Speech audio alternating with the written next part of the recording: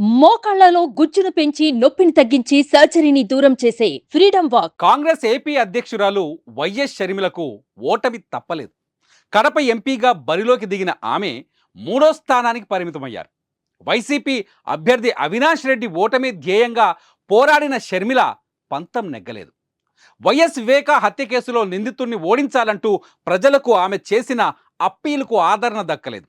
అవినాష్ రెడ్డి సమీప టీడీపీ అభ్యర్థి భూపేష్ రెడ్డిపై 65,490 ఓట్ల మెజార్టీతో గెలిచారు.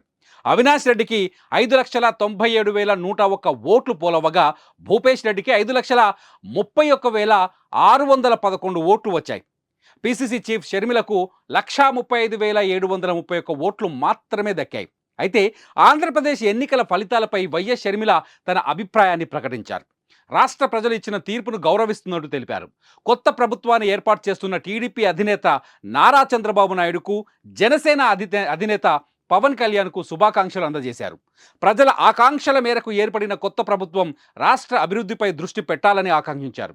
మనకు ప్రత్యేక హోదా రావాలి, పోలవరంతో సహా అన్ని ప్రాజెక్టులు పూర్తి కావాలి, రాజధాని నిర్మాణం జరగాలి, నిరుద్యోగ బిడ్డలకు పెద్ద ఎత్తున ఉద్యోగాలు ఇవ్వాలి, సంక్షేమం అభివృద్ధి సమానంగా సాగాలి, ప్రజలు ఇచ్చిన ఇంత పెద్ద మెజార్టీతో ముందుకు ఎలా అడుగు వేయాలో రాష్ట్ర భవిష్యత్తు కోసం ఆలోచించి ప్రత్యేక హోదా కోసం కట్టుబడితేనే, అన్ని విభజన హామీలకు కట్టుబడితేనే కేంద్రంలో ప్రభుత్వ ఏర్పాటుకు మద్దతు ఇవ్వాలని షర్మిల డిమాండ్ని చేశారు.